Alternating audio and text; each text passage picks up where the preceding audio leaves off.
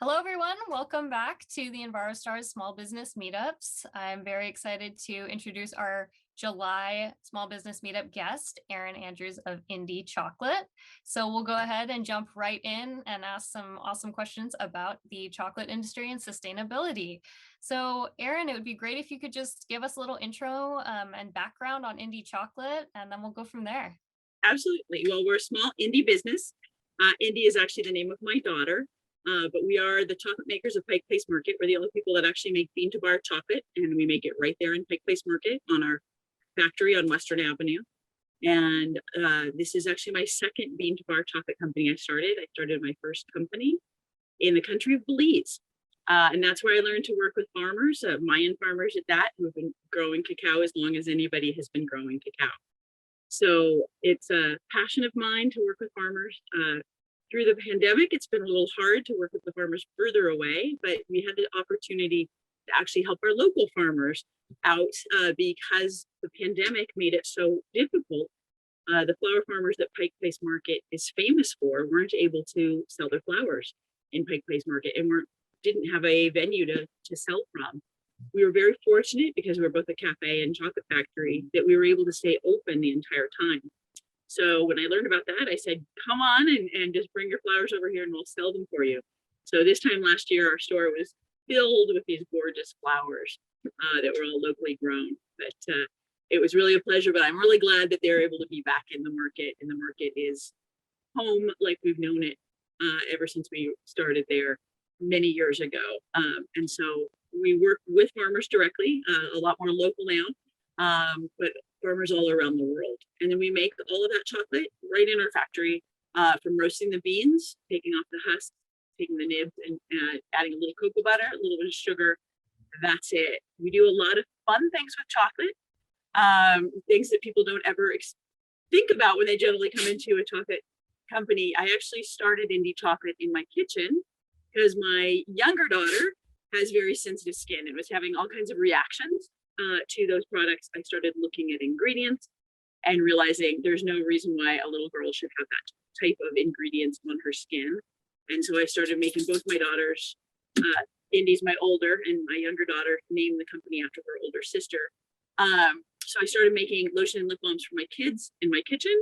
And grown-ups were coming to my little girls and asking to buy their lip balms and lotions. So I thought, you know what, I'll make that for you and I'll let my kids have their lip balm and lotion. But that's how Indi Chocolate started. We're a small business and we started as small as can be, making lotion and lip balms before we actually even started making our chocolate. Obviously, they're made in different locations because I like to say our body care can be very chocolatey, but it does not go the other way around.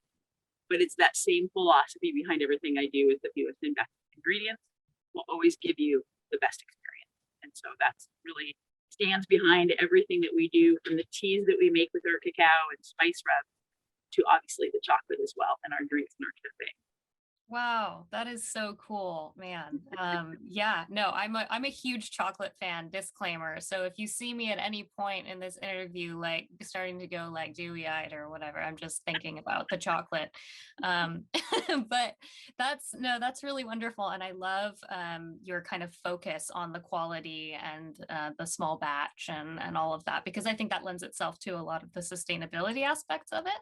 And it sounds like you do a lot of kind of reuse as well, or using all the parts of the chocolate, which is really cool. So I'd love to hear a little more about that. But it leads really well into the next question, which what are like some of the sustainable actions that you take, or all of them? You can speak to as many of them as you'd like. Absolutely. Because we start with farmers, it's really important as far as the sustainability of where our cacao is grown and how it is grown, how it is harvested, and it's both fermented and dried before it even comes to us. And so one of the things that I look for are really great farmers that have great genetics. But another thing that's really important is cacao, which is what chocolate is made from, is actually a middle canopy plant from the rainforest, originally from South and Central America. And so it's really important for cacao and really the best flavors to have a mix and a variety of plants around it. And that's actually best for the farmer's income, because farmers around the world are underpaid in cacao significantly. We do a lot of work to improve that. And one of the other things that's important is that they have these other sustainable crops with them. So things like banana trees or hardwood trees can be great trees to plant with the cacao to shade it initially. And then that is also another source of income for those farmers as the cacao grows and matures. It needs more canopy removal or open spaces to grow at a certain point, and that is a great additional income. And then the other thing too is that they're growing things around the cacao that is also sustainable for them and other crops. So this gives much better for the soils, much more better for the diversity, and it's great for flavors of the cacao. And what I find fascinating is I've been on farms in Brazil, and they have the more plantation styles, and they have what they call cabrucas, which are more of the intercropping of the cacao. And I could put somebody in a farm on either one of those, and they could tell blindfolded which farm they're on just by listening to the birds. So it really is about diversity, and it really is great for the wildlife, the soils, the farmers, their income. And so I think that sustainability is something that I'm always looking to improve in every step of what we do. And so I don't think it's a destination. I think it's something where you're always trying to improve on what you have and what you're doing. And so starting at the very beginning, I think is a really important step. We pay very high premiums for the same reasons that people pay for great chocolate, and that's taste. And so I don't require them to do organic or fair trade certifications because that's a lot of busy work. And I would prefer to pay that money to the people that are doing the hard work, and that is the farmers. So I believe in doing premiums. I believe in doing sustainable practices every step of the practices of what we're doing, including, once that fermented and dried cacao comes to us, and how we make our chocolate, and how we make all of our products, and that we're really having that sustainability be front of mind. And so that includes, trying to be as close to zero waste as we can. I'm part of the Seattle Zero Waste Group, which is a very big inspiration to me to keep striving for better. And we're with COVID, one of the things we're struggling with is we would love to find a way to recycle or some use for the gloves that we're going through. That was going to be one of my questions. I'm sure there have been a ton of gloves, because that's something that's come up with a lot of other businesses, but especially for because you don't just, make and sell the chocolate, but you also used to, there's just a lot of hands-on with it, and so that's gloves everywhere. Yeah. And, we're also I always look at sustainability of our packaging and how do we improve that. One of my trips to Brazil, I wound up seeing some packaging that I knew was a once in a lifetime opportunity if I didn't get it and find out about it when I was right there and then. And I'm really proud of our body care sets are now in a tote that is made from a sustainably harvested palm frond in the Amazon of Brazil by local farming families. And they make the tote itself and stain it with the acai that they grow there. Yeah, so it's got this very distinct color, and then they stamp it for us. The clear window in it is not yet compostable, but everything else is. And so those are the sorts of things that I'm always looking for, is how can I improve our sustainability? And that one makes me feel a little bit like a Portlandia skit about how it actually is, but I will take that where I can get it. So I will be reaching out for them. It was really great because I was in that section of Brazil. I was going to another section too, as far as sourcing, and then I was coming back through the airport. And I literally said to them, how many can I get in a suitcase before I leave Brazil? And they met me at the airport with a suitcase full of this packaging. A friend of mine from that area was coming out to Seattle later in the year. And so she said, I'll just pick up the suitcase when I come. So it was just this really wonderful kind of everything coming together in a way to bring that. And we're now at the point where we need more of what they make for us. And we're looking to see how we can expand that. And it was a woman-founded business in Brazil, starting really small with these farming communities. So when I can find those sorts of things, it's really a pleasure to be able to support that type of a community effort in such a sustainable way. And I imagine it takes a ton of research to be able to find these businesses and to make sure that you're actually that they're what they say they are. Yeah, absolutely. Yeah. That's part of it for me too, is that I was able to visit their factory. I was actually able to see it being made. I really, if I'm going to work with somebody, I really want to see the process of how they're doing what they do to make sure that they have the same type of sustainability in mind that I do as well. That's why we work with Fulcrum Coffee.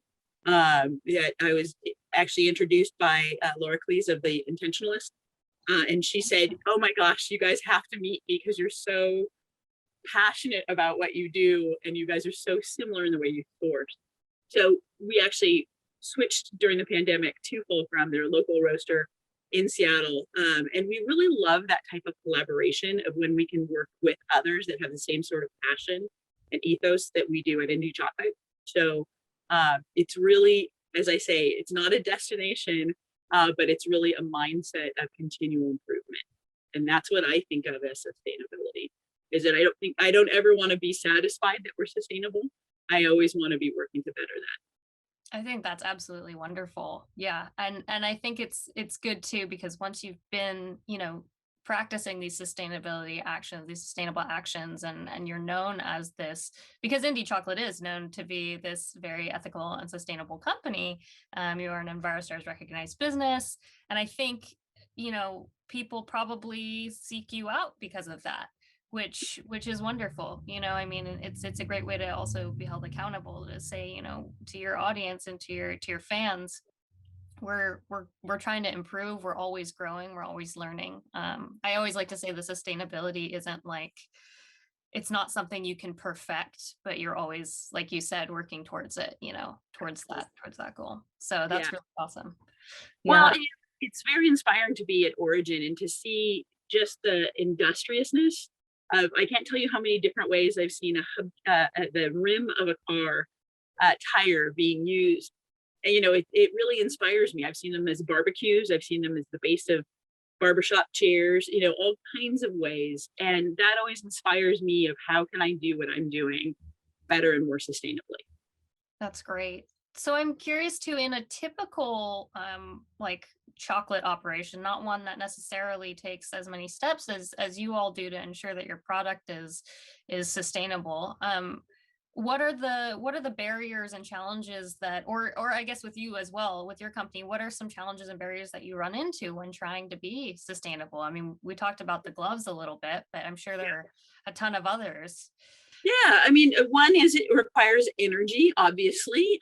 It's a lot of work. It's 3 days of refining after roasting and winnowing our beans. And so to get it that smooth and that really wonderful feeling in the mouth, that does take some energy to make that happen. And so that's always something that's the back of mind for me. The other thing is, I started Indi Chocolate with body care. And I make chocolate, and I'm an environmentalist. And I keep wondering to myself, how did I get into the two most intensive packaging industries out there? And chocolate requires a barrier that's from fat, from moisture, and all that. So that's always something that I'm trying, like the totes that we're using for our body care set. Those are things that I'm always trying to say, like, how can I find something better? How, what else is out there? And a lot of times when we talk about sustainability in chocolate, we're talking about beans and farmers. And I would like to see that be throughout all the way to the consumer. One of the things that I loved about being in Pike Place Market and having literally the world come to us is that if you tell me that you want a truffle for now, I will take our tongs, and it has a paper skirt around it that's compostable, but I'll put that right in your hand so you can eat it right then and That's there. That to me, I love, because it's kind of the intimacy of chocolate, and chocolate warms up to our body temperature. And it's just so wonderful to have that direct consumer experience. It's one of the things that we've always done at Indi Chocolate. We're not wholesalers. We're in Pike Place Market, not because of the big neon signs and everybody thinks of it as being touristy. But in 1906, the price of onions went up 8-fold. And the people of Seattle were upset. And so they brought the farmers to the people. The reason that the increase of price of onions was because of the middlemen. And so they took that out of the equation. And I love Seattle and I love Pike Place Market. And I love the people that are wanting to know more about their food, that care about their food, come to Pike Place Market. And that is the sign that really means something to me, is the one that says, meet the producer. It's not the lit sign that everybody thinks of as the market, but that's really what's important to me, is that I want people to understand that chocolate comes from a tree. It's called cacao. We love to do education. We love it. We're going to start our quick tours in July, brand new announcement. We're really happy to be able to start this. It's something I've been wanting to start from the very beginning, where we'll take you and give you a quick tour of our factory. And I will be doing those, so I'm really excited. I've missed so much our classes during the pandemic, and really that interaction directly with people that love chocolate. And so I'm looking forward to bringing that back again.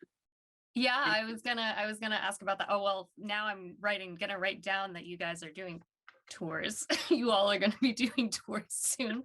I'll need to jump in on that. I'm very excited for things to be opening up again. And I did see on your website that you did pre-pandemic have classes. So it looked interesting. I feel like I read something as well about, I mean, there's also research that goes into the machinery that you use to make the chocolate. And Yes. so I'm wondering, you just spoke about how energy intensive, chocolate making is. What's the machine component of that like? Is there like an Energy Star for like? Yeah, there's a reason I work with the engineer behind the machines that I've used. So I started my first company in Belize, and I was sorely disappointed about the equipment to make chocolate at that point in time. There weren't very good options, and we used to refer to it as being Belizefied, that we would take it over to somebody that was really resourceful, and he would, fix a part that had broken and the machines that we use there. But I really wanted a better, higher quality machine. And so I've really worked with the engineer behind our machines and to improve them so that we have longer lasting components to keep things in the cycle and not out of the cycle of use of machines themselves. So I've worked with that for many years now, and we have a lot better machines for making chocolate. That's one of the funny questions I always get from people, is because I sell machines, and I actually do a lot of coaching for people that are starting up their new businesses and that sort of thing. And I always look at it as, I would like to have educated consumers, and one of the best ways to do that is through the artisan community. And so Indi Chocolate was a signer on the amicus brief against Nestle of the court case that was just decided on last Thursday by the U.S. Supreme Court. Unfortunately, this U.S. Supreme Court did not went with the big corporations instead of the former child slaves that brought the case to the Supreme Court. So working on the ethical aspects of our industry is also a way that I find very meaningful to me, to know that we can impact change and that we can have really great tasting chocolate without needing to have children harmed in the process. So I've done a lot of work with slavefreechocolate.org, just helping and supporting them. They're completely independent organization with no financial ties to the industry, which I love.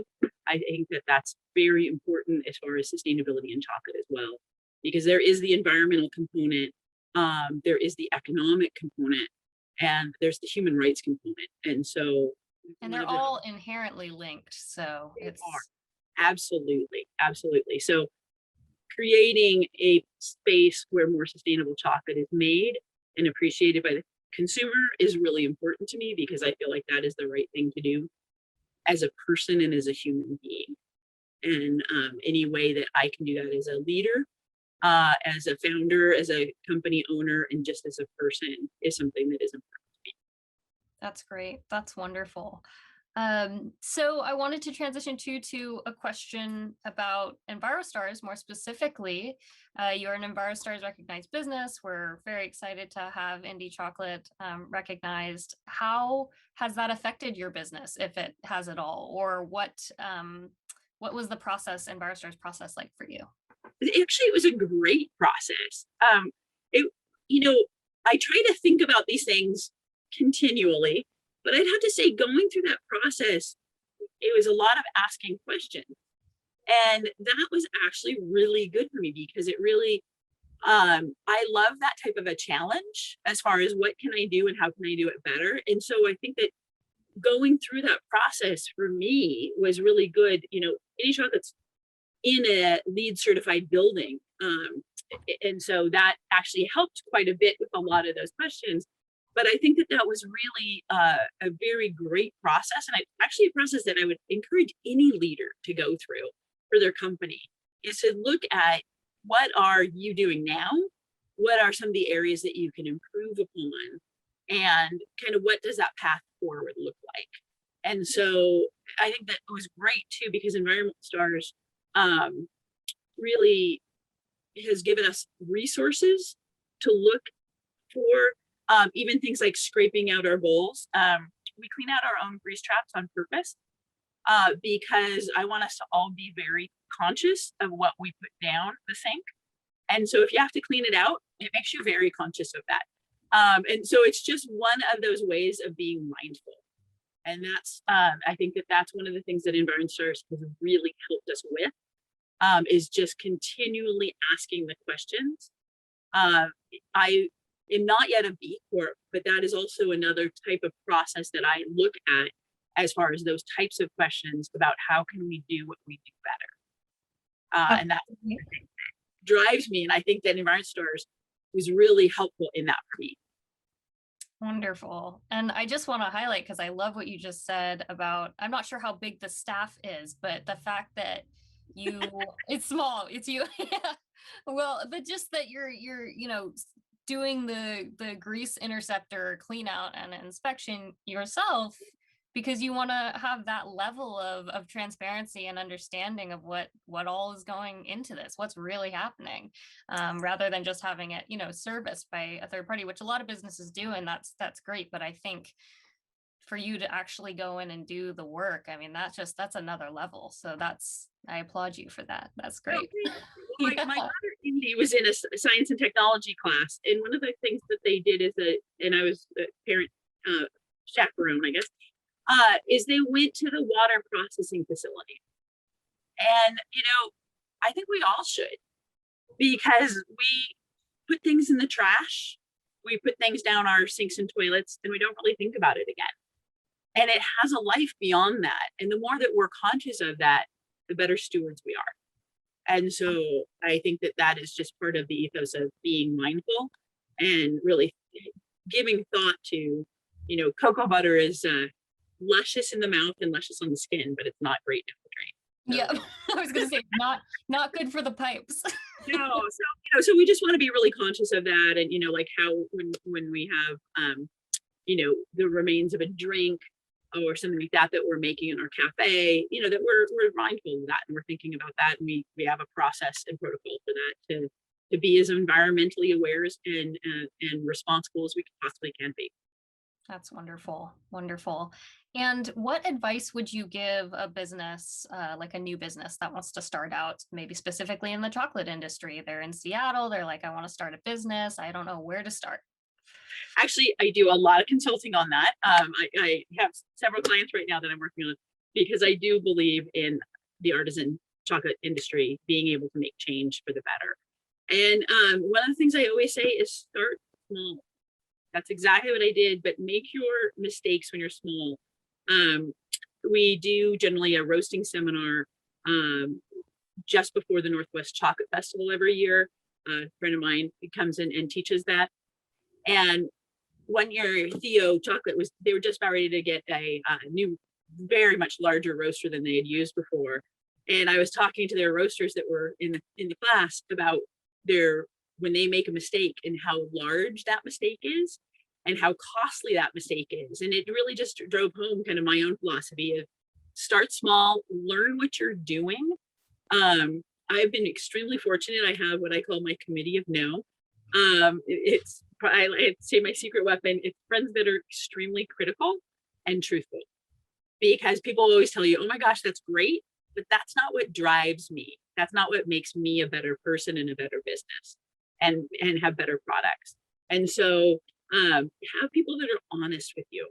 And that is something that will really help you. I am on the board of an organization called Community Carrot here in Seattle.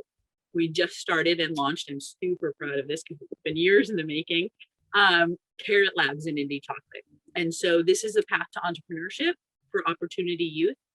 Currently in Seattle, hopefully we'll take over the world and help everyone eventually in a good way, because it's really, I realized especially this year with all of the change that we had in Black Lives Matter and things like that, is that doing something on Instagram does not change the world, but creating entrepreneurs and giving them ownership is really important.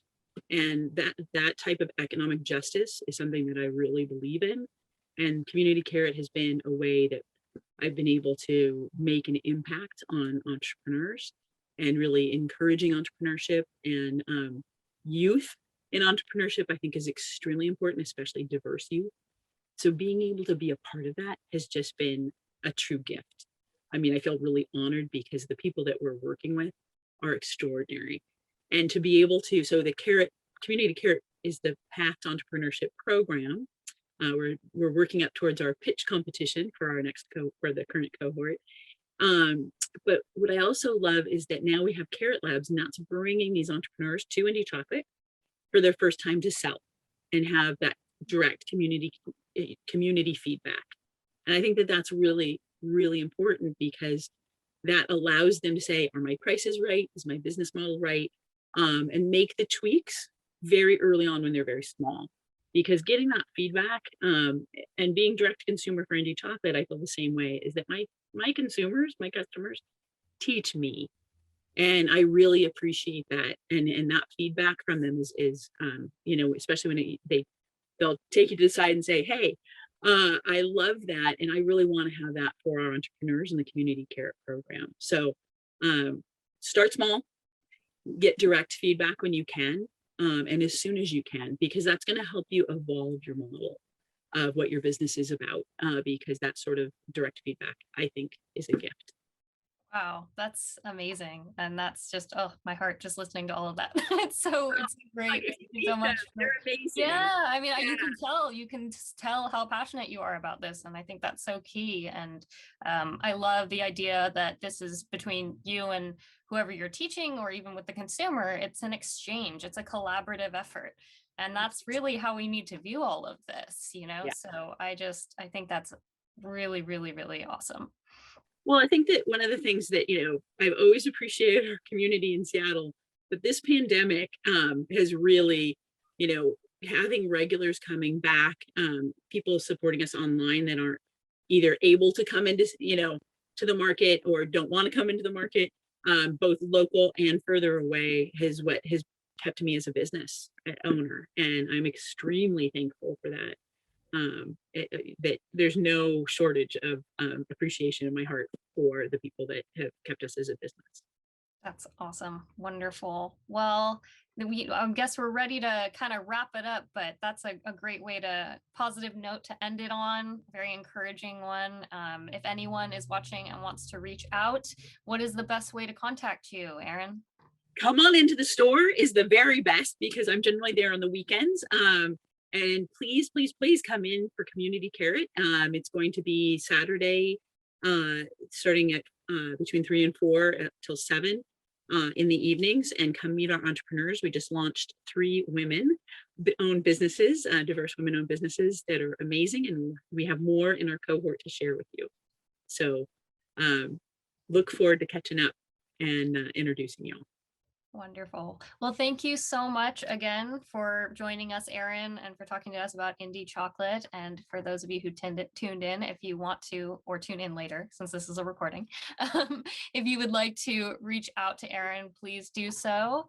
And yeah, well, I can't wait to come in for a tour at some point and maybe a chocolate making class. That sounds Absolutely. We'd really love fun. that. Yeah. So I'll have We to, love, yeah.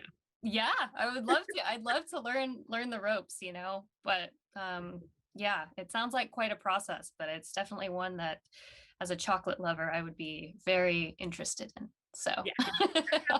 Truffle classes and our events are coming back as well. So we're really happy about that. all right, first thing on my post-pandemic list, chocolate making. All right, thanks so much, and I hope to see you soon. That I look forward to it. All the best. Stay healthy out there. Thanks. Take care.